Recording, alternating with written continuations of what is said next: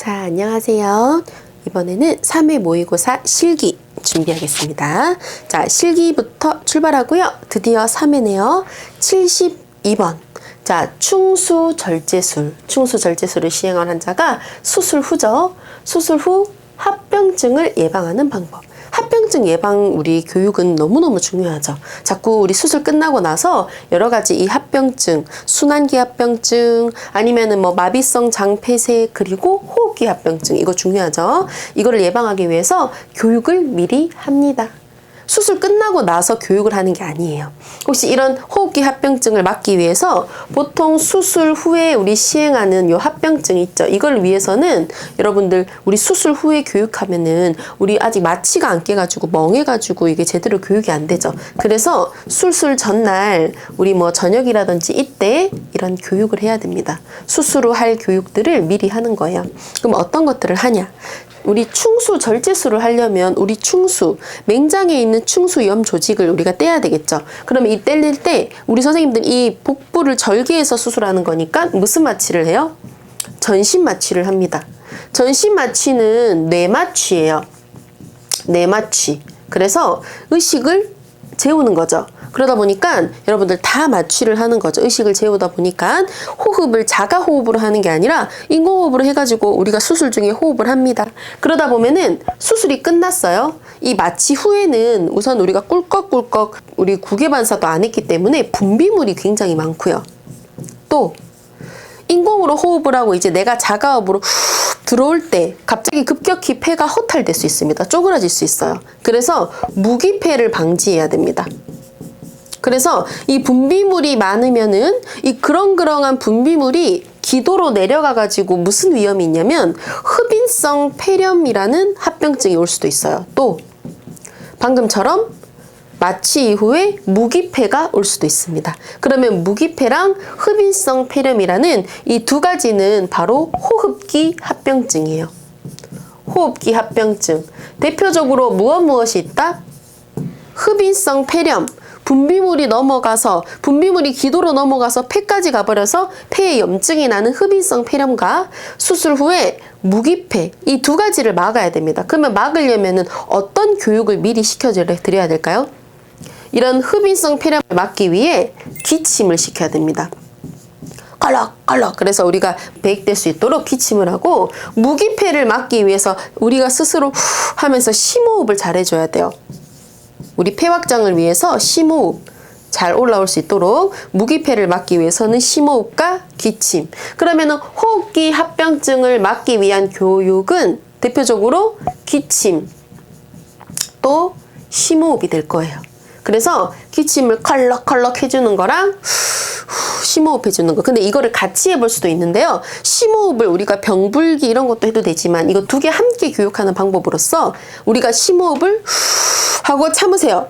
그 다음에 컬럭컬럭컬럭 한 번 더 참고 컬럭컬럭컬럭 이렇게 같이 하는 교육을 우리가 우리 전에 미리 환자한테 교육을 해야 됩니다. 그래서 호흡기 합병증을 예방하기 위한 교육은 정답이 심호흡과 기침 권장. 정답이 몇 번이 될까요? 3번입니다.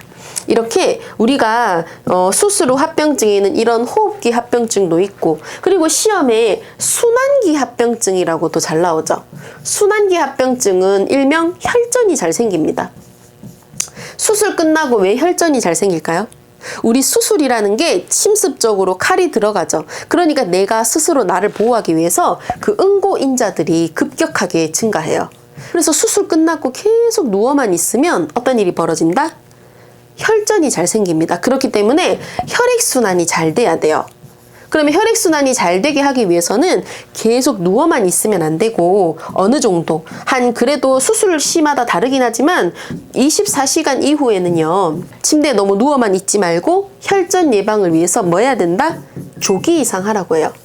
좀 일어나서 병실을 걷든 우리가 침대 위에서 왔다 갔다 하든 좀 일어나라. 조기 이상. 이거는 무슨 합병증을 막는 거예요? 혈전이라는 순환기 합병증을 막는. 그래서 우리가 수술 후 교육해야 되는 거, 우리 수술 후 해야 되는 간호에서 기침시키는 거, 심호흡하는 거, 조기 이상 하는 거, 이게 국가고시 잘 나오죠. 이게 혈전 예방, 기침 심호흡, 흡인성 폐렴 예방, 심호흡, 무기폐 예방. 그래서 이것들을 좀 잘 기억해 주시면 됩니다. 또 하나 더 체위 변경도 좋아요. 우리 침대 위에서 체위 변경 우리 2시간마다 자주 해주는 것도 운동이 되죠. 이것도 혈액순환 좋게 해가지고 이것도 혈전도 막아줘요. 게다가 체위 변경 잘하면서 우리 반자 위치해주면 분비물도 잘 배출되고 흡인성 폐렴이라든지 호흡기 합병증에도 좋습니다. 둘 다 되는 게 체위 변경 교육 이것도 있어요. 체위 변경, 기침, 심호흡 잘 시키고 조기 이상까지 국시에 잘 나오는 우리 수술 후 합병증을 예방하기 위한 방법이었습니다. 자, 73번. 73번 같은 경우는 우리 혈압이라고 말을 표현할 때 혈압, 블러드 프레셔 해가지고 우리 혈액의 압력이죠. 우리 혈액의 압력. 자, 우리가 수축할 때 혈액의 압력인데, 자, 여기서는 어떤 거를 골라볼 거냐면은, 자, 여기서 한번 볼게요. 우리 선생님들 심장, 제가 그렸던 그 동그라미 심장 있죠. 방실, 방실, 이렇게 심장이 이렇게 표현되고 있는데, 자, 여기서 우리 심장이 뿜 해가지고, 우리 수축해가지고 전신으로 나가는 게 어느 쪽이에요? 이 좌심실 있죠. 이 좌심실에서 우리 선생님들 대동맥으로 어디까지 간다? 뿜! 이 전신으로 나가죠. 온몸으로.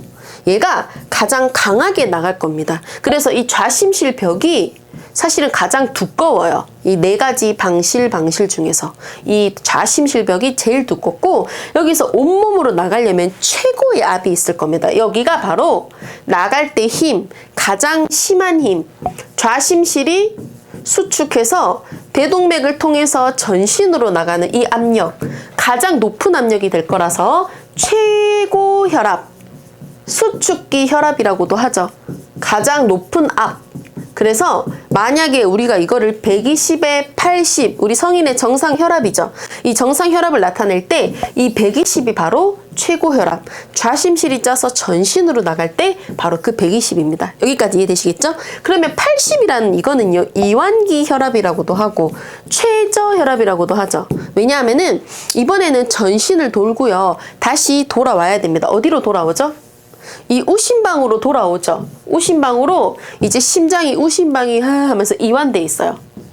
쫙 이완돼 있을 힘 빠졌을 때 쓱 돌아옵니다. 그거를 대정맥을 통해서 우심방으로 돌아오는, 심장이 많이 이완돼 가지고 돌아오는 거를 우리가 최저혈압, 이완기 혈압. 120이면 이거는 80에 해당하는 거죠. 최고 혈압, 최저 혈압. 이해되셨나요? 맥압이라는 말도 있는데 이거는 120에서 8, 최고 혈압에서 최저 혈압을 뺀 값이라고 보셔도 좋아요. 그러면 한번 다시 문제를 볼까요? 이번에 좌심실이 수축해서, 아까 전에 좌심실 있죠? 이거 좌심실이 수축하면 우리 전신 온몸으로 나갑니다. 이 대동맥을 통해서, 이 대동맥, 이 혈관에 받는 압, 이거를 밀고 나가서 가장 높은 압력은 선생님들 120에 80이라면 어디에 해당한다? 바로 수축기 혈압, 120에 해당하는 최고 혈압. 정답이 1번입니다. 이완기는 그 80에 해당하죠. 최저 혈압. 우리가 오심방이 이완되면서 쓱 들어올 때, 그때의 혈압이겠고요. 기립성 저혈압은 기립, 이게 체위 때문에 오는 저혈압입니다. 기립성 저혈압. 우리가 좀 누워있다가 갑자기 훅 뭐 일어난다든지 이런 일일 때 갑자기 혈압이 떨어진다든지 이런 어지럽다든지 기립성 저혈압을 호소할 수 있고요. 맥압은 아까 수축기 혈압에서 이완기를 뺀 거. 그쵸? 수축기에서 이완기를 뺀 값. 고혈압은요, 일반 우리 정상 혈압이 120에 80이잖아요. 고혈압으로 진단받을 수 있는 혈압 수치는 140에서 90 이상이죠. 이거를 뭐라고 한다? 고혈압이라고 진단 내릴 수 있어요. 정답은 5번입니다. 자, 77번입니다. 77번은 이제 66세 우리 김씨 분께서 치질 수술을 하셨어요. 여러분, 치질 수술했으니까 수술, 우리 상처 부위가 있죠. 그러면 이 수술 부위가 치유, 회복이 돼야 됩니다. 여러분, 이런 상처를 잘 치유하기 위해서는 따뜻해야 돼요. 어떻게 해야 된다? 따뜻하게 해주면 이 따뜻한 부위로서 우리가 순환이 좋아져요. 혈액순환이 좋아져요. 그쵸? 혈액순환이 좋아지면은 산소가 바로 그 조직에 잘 들어가겠죠? 그렇게 되면은 상처 치유가 좋아집니다. 뭐든지 산소가 잘 유통되고 잘 우리가 공급되어야 상처가 치유가 잘 돼요. 그래서 우리가 그 치질 수술하고 나서 따뜻하게 해줄 수 있는 치료법으로 좌욕이 있죠. 좌욕은 우리 선생님들 산육기 간호에서도 모성한테도 중요했었습니다. 그러면은 이 좌욕을 시행해 볼 텐데요. 자, 좌욕을 합니다. 좌욕은 꼼꼼하게 온도, 몇 번 이런 거 중요한데요. 어디를 벗길까요? 하의만 벗기시면 돼요. 상의는 아니에요. 그 다음에 온도 정답입니다. 40에서 43도. 그리고 하루에 몇 번? 3, 4회. 한 번만 하는 게 아니라 3, 4회. 언제 하면 좋아요? 만약에 산모라면 수유 후, 그리고 용변 후. 근데 최대 몇 번 정도? 3에서 4회. 그 다음에 네 번째, 프라이버시를 위해 혼자 돌면 곤란해요. 혹시나 만약에 어지럼다든지 혈압이 떨어진다든지 좀 약간 뭐 머리가 아프다든지 이런 거를 계속 관찰해 줘야 됩니다. 너무 혼자 두면 곤란해요. 환자의 우리 상태를 계속 봐야 되고요. 그 다음에 좌욕은 한 번 할 때 1시가 너무 길어요. 몇 분? 5에서 10분 정도. 너무 길게 하는 거 안 됩니다. 엉덩이를 푹 담고 쭈그려 앉으면 혈압 떨어져요. 엉덩이를 푹 그냥 편안하게 담고 있으면 되고요. 그리고 이런 것들 중요하죠. 수유 후, 용변 후, 3, 4회 하루에 최대. 몇 도? 40에서 43도. 그리고 우리가 좌욕을 준비할 때 우리 좌욕물 준비하는 거 있죠. 좌욕은 우리가 끓인 물을 여기 붓는 거예요? 아니에요. 그냥 물을 받아 놓고 우리 이거 준비하는 거 있죠. 어떻게 한다? 대야째 끓이기. 대야째 끓여서 식혀서 사용합니다. 이해되겠죠? 식혀서. 대야째 끓인다. 그리고 만약에 물이 식으면요. 한 2, 3회 이렇게 보충할 수 있어요. 이렇게 가야 됩니다. 먼저 붓는 거 아니에요. 따뜻한 물을. 대야째 끓여서 이 준비 과정도 기억해 주세요. 좌욕이었습니다. 좌욕은 온도, 횟수, 뭐 시간 다 기억해 주세요. 이 좌욕은 우리 모성에서도 나올 수 있죠. 만약에 그 모성, 산육기 산모한테는 어떤 치유에 좋아요? 지금은 치질 환자한테도 좋았지만 우리가 모성으로 보시면 우리 모성에서 질식분만 할 때 회음 절개하죠. 그 회음 절개 부위에 여기 역시 상처 회복, 상처 치유에 좋아요. 할 수 있겠죠? 또 산모들 뭐가 나오죠? 오로 배출에도 도움을 줍니다. 이것도 같이 기억해 주세요. 좌욕은 모성에서도 잘 나옵니다. 그 다음에 우리 이제 수술을 위해 외과적 손 씻기도 하셨고요. 자, 멸균 가운을 착용합니다. 여러분 수술할 때 가운이죠. 멸균 가운은. 그러면은 우리 수술할 때 가운 어떻게 입을까요? 이 외과적 가운 얘기네요. 수술할 의사가 가운을 입는다든지 수술실에서 근무할 때 가운을 입는 건데 이거는 좀 철저해야 됩니다. 손 씻기도 무슨 손 씻기예요? 손끝이 위로 가는 무슨 손 씻기? 우리 수술 손 씻기라고도 하죠. 이 외과적 손 씻기 해야 됩니다. 손끝이 위로, 팔꿈치가 아래로. 그래서 물이 이렇게 흘러가고요. 우리 소를 이용해서 원형으로 이렇게 씻어야 되죠. 중요한 우리 외과적 손 씻기인데 우리가 가운을 착용하는 순서 살짝 생각해 보면 손 씻기 하기 전에 미리 마스크를 껴야 됩니다. 왜냐하면은 모자에 이렇게 손을 씻을 때 손이 정말 깨끗해야 되는데 머리에 만약에 머리카락이라도 떨어지면 안 돼요. 그래서 제일 먼저 모자를 먼저 씁니다. 그 다음에 모자를 써야지 여러분들 마스크를 이렇게 착용할 수 있죠. 위에 묶고 이렇게 해야 되니까 그 다음에 마스크. 그리고 보안경은 뭐 생략하기도 하는데 뭐 안경까지 껴볼 수 있고요. 근데 이러고 끝이 아니에요. 우리 지금 손을 씻을 겁니다. 이런 거 모자랑 마스크 다 끼고 나서 우리 수술 손 씻기, 외과적 손 씻기를 합니다. 내과적 가운, 그 격리실에서 가운 입을 때는요, 그냥 손 그냥 내과적으로 씻고 쫙 입으시면 돼요. 그런데 외과적 가운은 중간에 요 손 씻기가 들어갑니다. 그래서 어려우실 거예요. 그쵸? 그 다음에 우리 무슨 가운 입어요? 그 깨끗한 멸균 가운을 입을 건데 역시 혼자 못 입죠. 이렇게 딱딱 입고 나서 뒤에서 또 도와줘서 잠궈줘야 됩니다. 뒤는 손에 절대 뒤로 가면 안 되죠. 그 다음에 장갑. 여러분들 가운 입고 반드시 뭐 껴요? 장갑. 장갑도 여러분 폐쇄적으로 껴야 되죠. 이렇게 올려가지고 탁 해서 우리가 멸균 가운까지. 왜냐하면 그 장갑이 이렇게 소매를 이렇게 딱 들어가야 되기 때문에 장갑이 맞으면 항상 가운 입고 장갑이 될 거예요. 그러면 이게 바로 총 순서고요. 자, 그러면 우린 순서를 고르는 게 아니라 자, 이렇게 가운을 다 입었고 팔도 이렇게 있을 겁니다. 여러분 가운도 착용했고요.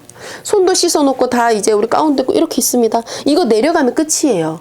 다시 준비해야 돼요. 자, 이렇게 해야 되고, 자, 근데 이번에는 이렇게 다 가는데 손이 가장 깨끗해야 되거든요. 이걸로 수술할 거니까. 그런데 좁은 통로를 두 사람이 지나가야 됩니다.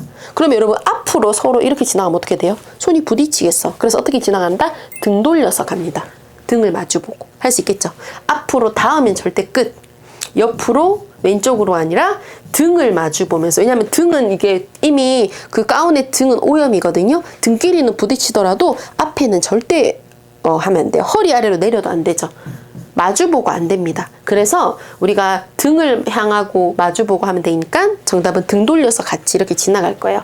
이렇게 손을 이렇게 들고 있고, 이렇게 이 사람도 등을 대고 손을 이렇게 들고 있고, 이렇게 지나간다고 보시면 됩니다. 그래서 정답은 몇 번? 4번.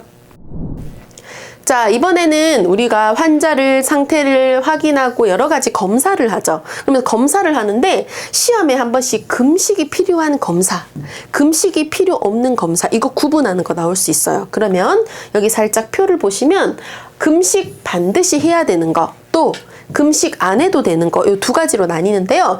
제가 생각하기에 여러분 금식하는 거는 특히 조영제 같은 거 쓸 때 금식하셔야 됩니다.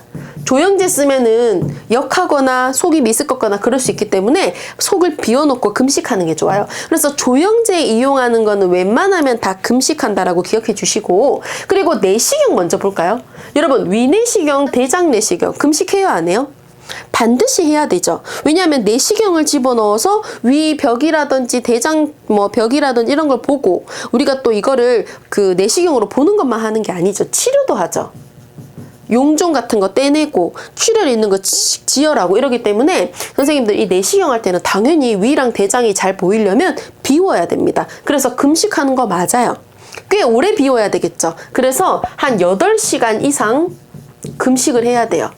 금식 무조건 해야 되는 검사죠. 근데 기관지경은 이번에 기관지 내시경입니다. 이번에도 입으로 집어넣지만 인두를 통해서 우리가 어디로? 후두 이렇게 내려가는 거죠. 기관지 쪽으로. 그럼 기도를 보는 건데, 이거는 그러면 뭐 음식이 지나가는 거 아니니까 뭐 금식을 안 해도 되냐 하지만 역할 수가 있어요. 하다가 으악 구토반사라든지 나타날 수 있기 때문에 이것도 금식을 하지만 위랑 대장처럼 오래 비울 필요는 없고요. 한 4시간 이상 그냥 토하지 않을 만큼 음식이 다 음식사가 내려갈 만큼 정도만 금식을 해주시면 됩니다. 그 다음에 여러분 정맥 신우 촬영, 이거 같은 경우에는 혈관으로 조영제를 집어넣어요. 왜 혈관으로 조영제를 집어넣어서 신우, 우리가 신장이죠. 신장, 우리 오줌이 생성되는 이 과정을 볼 수 있을까요? 왜? 여러분들 소변은 뭐로 만들어져요?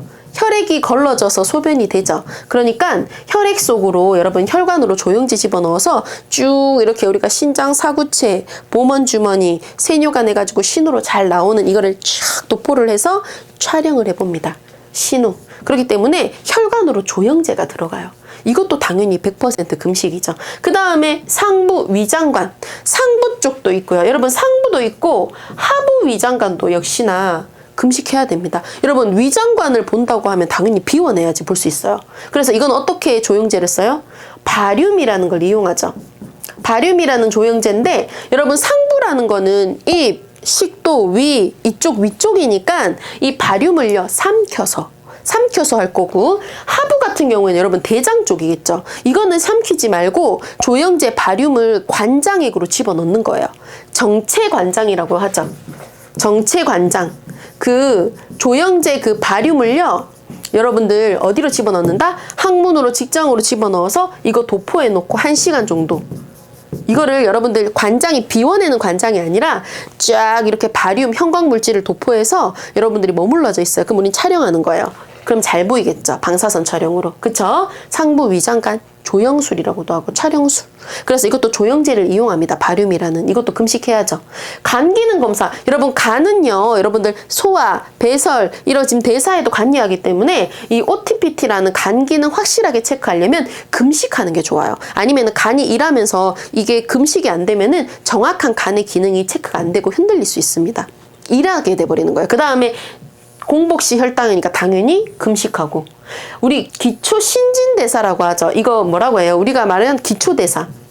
이 기초대사를 선생님들이 만약에 인바디로 측정하는 것도 있지만 그거보다 더 정확한 게 병원에서 측정할 수 있는데요. 여러분 그 식사한다는 거 음식을 먹으면 기초대사가 안 들어가요. 소화하는 것도 다른 대사가 쓰이기 때문에 기초대사가 안 됩니다. 기초대사는 일명 숨쉬기 운동, 심장이 뛰고 우리가 호흡하고 가만히 있는 상태거든요. 그래서 금식해야 돼요. 기초대사를 측정해 볼 때 금식을 한다.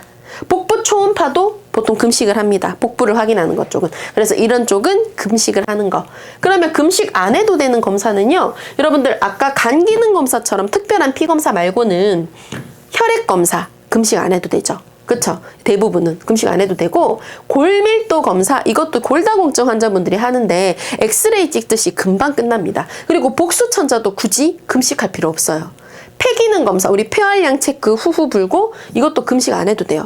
심전도도 그냥 딱딱딱 붙이면 되죠. 금식 안 해도 되고 흉부 엑스레이도 금식 안 해도 됩니다. 그러면은 금식 안 하는 검사, 해야 되는 검사 반드시 기억해 주세요.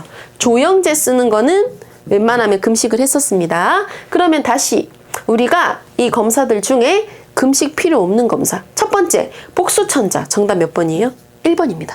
이거 금식 필요 없었고요. 정맥 신호 넣을 때 우리 혈관으로 뭐 넣어요? 자, 혈관으로 우리 조영제를 넣죠. 혈관으로 조영제를 넣으니까 이것도 금식.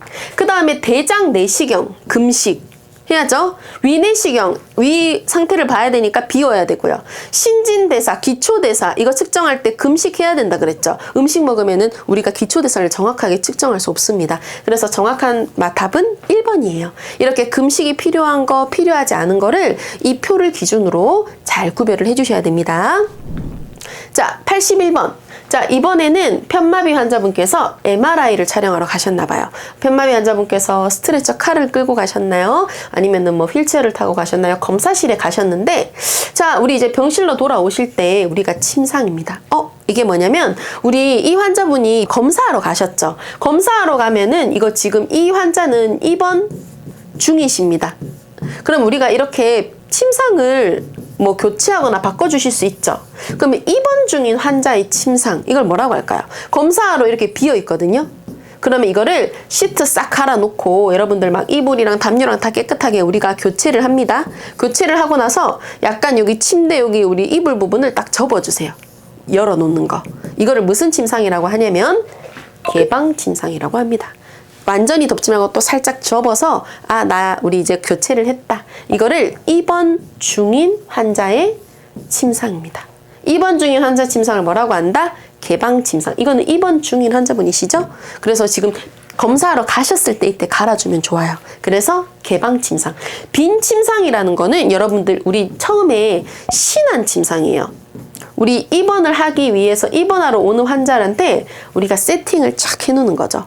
우리가 딱딱딱딱 깔아놓죠. 밑옷 이불, 그 다음에 뭐 깔아요? 우리 고무포, 반옷 이불, 그 다음에 환자가 눕는다 생각하고 또 위에 뭐 깔아요? 윗옷 이불, 담요 이렇게 매끈하게 집어넣어야 되죠. 그쵸? 그리고 베개도 트임 부분이 출입문에 안 보이게 해야 되죠. 반대쪽으로 이런 식으로 우리가 미리 깨끗하게 준비해 놓는 거 신한 침상이었습니다. 골절 침상은 골절 환자분들 특히 여러분들 요추골절이라든지 척추골절 환자분들은 우리 척추 선열을 잘 유지하기 위해서 여기다가 단단한 침구 해줘야 돼요. 매트리스도 스프링 말고 그냥 일반 매트리스로 바꾸고 그쵸? 풍풍 안 튕기는 거. 그 다음에 여기 널빤지를 깝니다. 널빤지가 중요하죠. 우리 단단하게 침구를 단단하고 우리 좀 단단해야지 허리 선열이 잘 유지되거든요. 널빤지를 침대 여기 우리 가로 높이 맞춰가지고 이렇게 두시면 돼요. 허리. 그래서 골절 침상은 그렇게 됩니다. 널빤지 까는 거. 그 다음에 크레들 침상도 시험에 잘 나올 수 있어요. 답으로. 크레들 침상은 선생님들 크레들이라는 게 일명 약간 여러분들 비닐하우스 있죠. 이 비닐하우스가 있을 때 비닐 빼고 이 뼈다귀 있죠. 뼈다귀. 이거를 이해하시면 돼요. 이렇게 생겼어요. 마치 비닐하우스 뼈다귀처럼. 그래서 이 크레들 침상을 하면 환자가 이렇게 누워있으면요. 이 뼈다귀 같은 게 크레들이 올려지고 여기에 이제 이불을 덮으면 돼요. 그러면은 이 침구가 우리 환자를 닿지 않죠. 닿지 않고 또 무겁게 하지도 않습니다. 그럼 어떤 환자들이 하냐면 특히 화상 환자. 크게 피부염이 있다든지 침구가 나를 무겁게 하지 않아요. 여기 그래도 보호는 되겠죠. 크레들로 내 친구가 닿지 않고 여기 친구를 올리니까. 그래서 화상 환자들이 많이 하는 침상입니다. 크레들 침상도 특별하고 답으로 잘 나올 수 있어요. 그리고 수술 환자, 우리 수술 후에는 여러분들 마취를 했다고 생각하면 뭐가 많아요? 분비물이 많죠. 막 구강으로도 분비물이 나오고 구토할 수도 있고 그래요. 그러면은 수술 후 침상은 사실은 뭐가 중요하냐면, 보통 여러분들 침구에 우리가 고무포 깔죠. 이 고무포, 방수포라고도 하죠. 이 방수포 보통 몇 개 깔아요? 보통 하나만 깔아요. 일반적으로. 그 다음에 거기 반시트 깔고 알죠? 환자가 누워있을 때 여러분들 이 고무포는 어떻게 깔아야 돼요? 길이는 어깨에서 무릎까지. 여기 가운데, 여기 침대 가운데라 보시면 되죠. 여기에 일반적으로 방수포를 하나만 까는데, 수술 후는요, 분비물이 많이 나오는데 이 구강으로도 막 토한다든지 구강으로 배액될 수 있어요. 그래서 머리 쪽에 고무포를 하나 더 깝니다. 그래서 수술 환자 침상은 선생님도 고무포가 몇 개? 2개.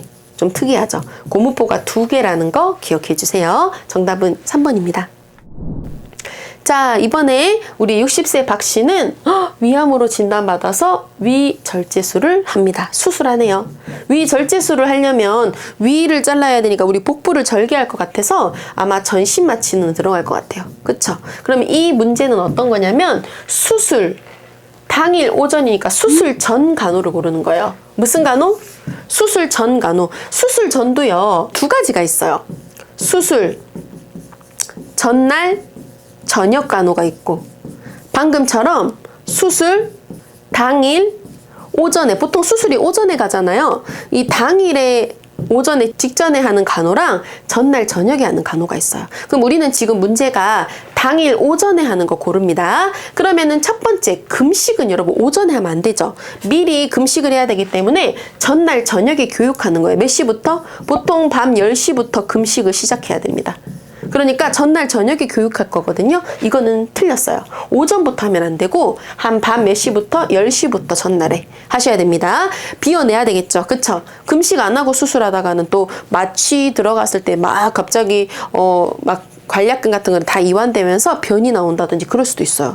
금식해야 되고 토할 수도 있고, 그쵸? 흡인될 수도 있어요. 그 다음에 관장을 해서 오염 예방하는 건 맞아요. 관장 안 하면 우리 만약에 수술 때라든지 이렇게 버려버릴 수 있잖아요. 관장을 하는데 이것도 언제 한다? 전날 저녁에 미리 해야죠.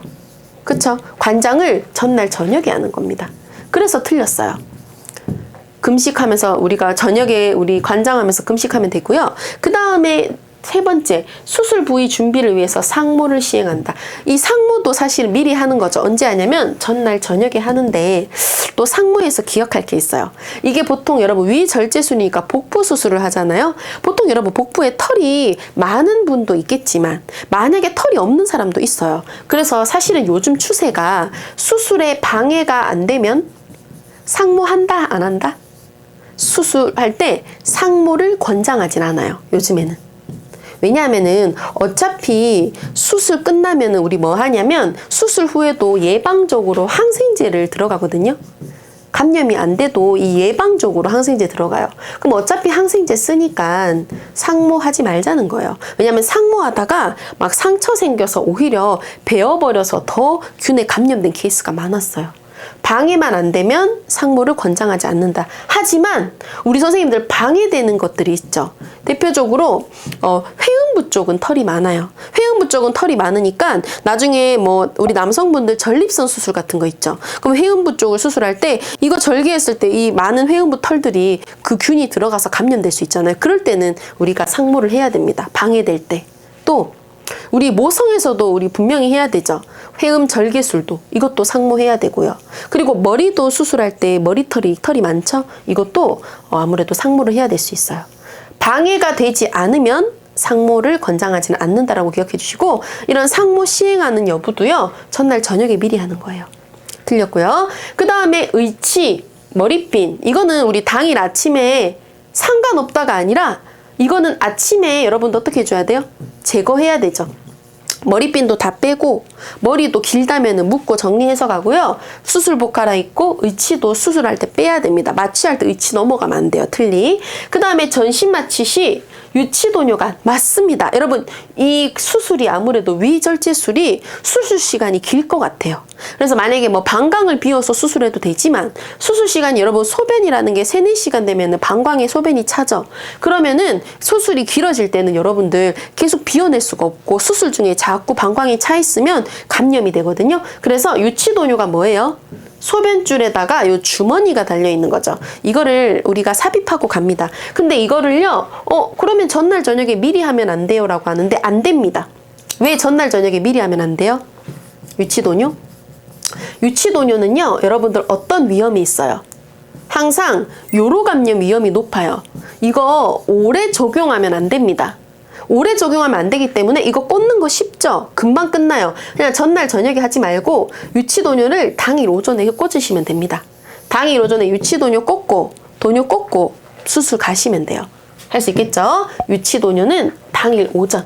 그래서 최소한 우리 전날 저녁부터 꽂아 놓으면 또 유치도뇨 하는 시간이 길잖아요. 꽂은 시간을 최소화할 겁니다. 그래서 아침에 할 거예요. 5번.